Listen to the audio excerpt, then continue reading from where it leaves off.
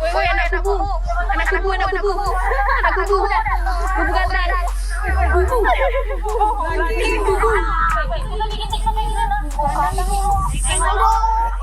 Video yang memperlihatkan sejumlah mahasiswa kuliah kerja nyata, KKN, viral di media sosial.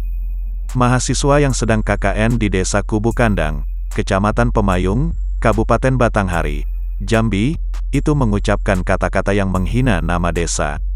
Dalam video berdurasi 16 detik, terlihat mahasiswi yang sedang berada di sebuah minimarket di Jambi.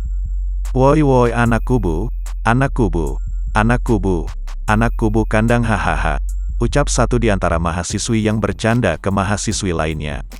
Kepala Desa Kubu Kandang, Harun, menyikapi atas celaan dari para mahasiswa KKN itu. Karena mengarah ke hukum yang ada di desa, pemerintah desa memberikan sanksi sesuai dengan undang-undang yang berlaku di Desa Kubu Kandang. Selain itu, para mahasiswa KKN yang mencela dikenakan denda adat berupa kambing beserta selemak semanis, pisau sebilah, kain putih sekabung, asam-asaman, dan sirih seminang lengkap.